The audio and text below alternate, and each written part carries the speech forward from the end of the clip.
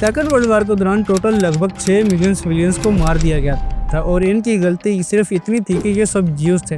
ये तो आपको सब बताते हैं, लेकिन आज तक किसी ने ये नहीं बताया कि इन नाजीज ने जर्मनी यानी अपने मुल्क के अंदर जो ज्यूज थे उनको कैसे ढूंढा।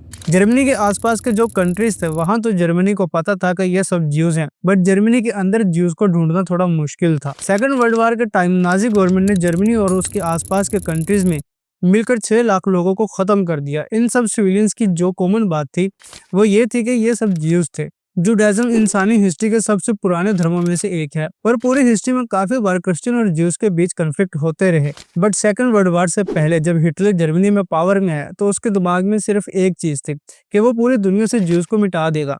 इसलिए सबसे पहले उसने जर्मनी में और फिर उन कंट्रीज में जिसे जर्मनी ने हराया था ज्यूज को पकड़ पकड़ कर एक जगह जमा करना शुरू किया और मारना शुरू कर दिया।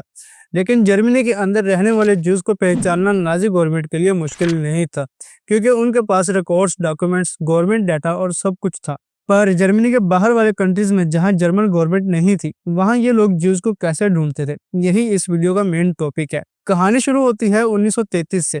ये वो टाइम था जब हिटलर इलेक्शन जीतकर जर्मनी का चांसलर बना, बेसिकली जर्मनी का टॉप लीडर। पावर में आने के कुछ ही महीने बाद नाजी गवर्नमेंट ने एक रूल पास किया जिसमें लिखा था द आर्यन पैराग्राफ। इस पैराग्राफ का मतलब ये था कि जर्मनी में सिर्फ ट्रू आर्यन यानी शुद्ध आर्यन लोग रह सकते हैं और ज्यूज को सोसाइटी से पूरी तरह अलग करना है।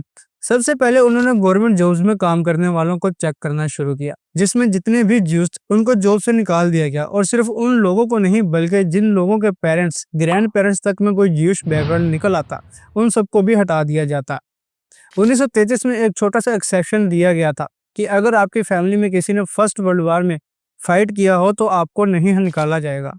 पर 1935 में ये एक्सेप्शन भी खत्म कर दिया गया और अब रूल सीधा था, अगर तुम ज्यू हो तुम्हें कोई सरकारी नौकरी का हक नहीं। फिर अगस्त 1938 में एक और रूल आया जिसने ज्यूज को अपना नाम चेंज करने पर मजबूर कर दिया। हर ज्यूश मैन को अपने नाम में इसराइल रखना जरूरी था और ज्यूश वुमेन को सारा, ताकि नाम देखते ही पता चल जाएगा बंदा ज्यूश है। इसके बाद उनके पासपोर्ट पर बड़ा सा जे का स्टैंप लगाया गया ताकि बॉर्डर पर, ऑफिस में या कहीं भी उन्हें तुरंत पहचाना जा सके। फिर भी एक इशू था, अगर सामने कोई आदमी खड़ा है तो बिना डॉक्यूमेंट्स देखे कैसे पता चले कि वो ज्यू है। इसके लिए 1939 में एक और रूल आया, अगर आप ज्यू हो और 6 साल से बड़े हो तो आपको अपने कपड़ों पर स्टार ऑफ डेविड लगाना होगा। अगर आपने स्टार नहीं लगाया और डॉक्यूमेंट्स चेक किए गए तो आपको अरेस्ट किया जा सकता है या फिर मारा भी जा सकता है। जूश हाउसेस के बाहर भी ये स्टार लगाना कंपलसरी था। इस तरह नाजी गवर्नमेंट ने ज्यूज की आइडेंटिफिकेशन पूरी तरह सुधार ली। लेकिन यहीं पर अब एक बड़ी प्रॉब्लम आती है। वर्ल्ड वॉर के दौरान मारे गए 6 मिलियन ज्यूज में से 75% जर्मनी के बाहर के थे, जैसे लुत्विया, लुथानिया, एस्टोनिया, सोवियत यूनियन और पोलैंड वगैरह। वहां तो नाजी गवर्नमेंट का कोई सिस्टम नहीं था, तो फिर वहां ज्यूज को कैसे ढूंढा गया? इसके लिए नाजी का एक पूरा मैकेनिज्म था। जब जर्मन मिलिट्री किसी सिटी को कैप्चर करती थी तो उनके फौरन बाद एसएस सोल्जर्स और गेस्टापो यानी कि सीक्रेट पुलिस वहां आ जाती थी। गेस्टापो का काम होता था कि लोकल गवर्नमेंट ऑफिसेस को टेक ओवर करना, census records, marriages records, birth certificate सब चेक करना और पता लगाना कि कौन से एरिया में कितने ज्यूज रहते हैं। इस तरह जर्मनी के बाहर भी उन्होंने थाउजेंड ऑफ ज्यूज को राउंड अप करना शुरू कर दिया। जो ज्यूज शहर से दूर थे उनके लिए नाजी लोकल लोगों से पूछताछ करती थी।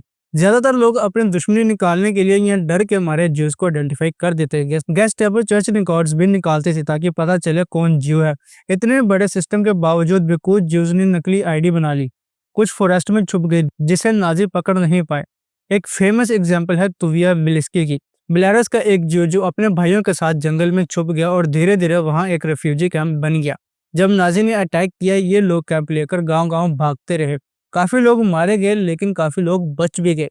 इसकी कहानी पर एक डेफियंस नामी एक मूवी भी बनी है, आप चाहो तो वो मूवी भी देख सकते हैं। फिर आते हैं ऑस्कर स्टिंडलर, एक बिजनेसमैन और नाजी पार्टी के मेंबर, लेकिन उसने ज्यूज पर होने वाले जुल्म को देख के अपनी फैक्ट्री में उन्हें काम पर रखना शुरू किया ताकि उन्हें कंसंट्रेशन कैंप्स में ना भेजा जाए। वार खत्म होने तक स्टिंडलर ने 1000 से ज्यादा ज्यूज को बचा लिया। उनके अबाव-ओ-अजदाद आज तक स्टिंडलर ज्यूज के नाम से जाने जाते हैं। इसकी कहानी पर भी मूवी स्टिंडलर लिस्ट स्टीवन स्पिलबर्ग की एक मास्टरपीस है। डार्क है, इमोशनल है, पर एंड में एक उम्मीद का एहसास देती है। अगर आपको हिस्ट्री में इंटरेस्ट है तो इस टॉपिक पर एक जबरदस्त बुक है, the destruction of the European Jews by Raul Hilberg. बहुत ही रिसर्च बेस्ड डिटेल्ड बुक है।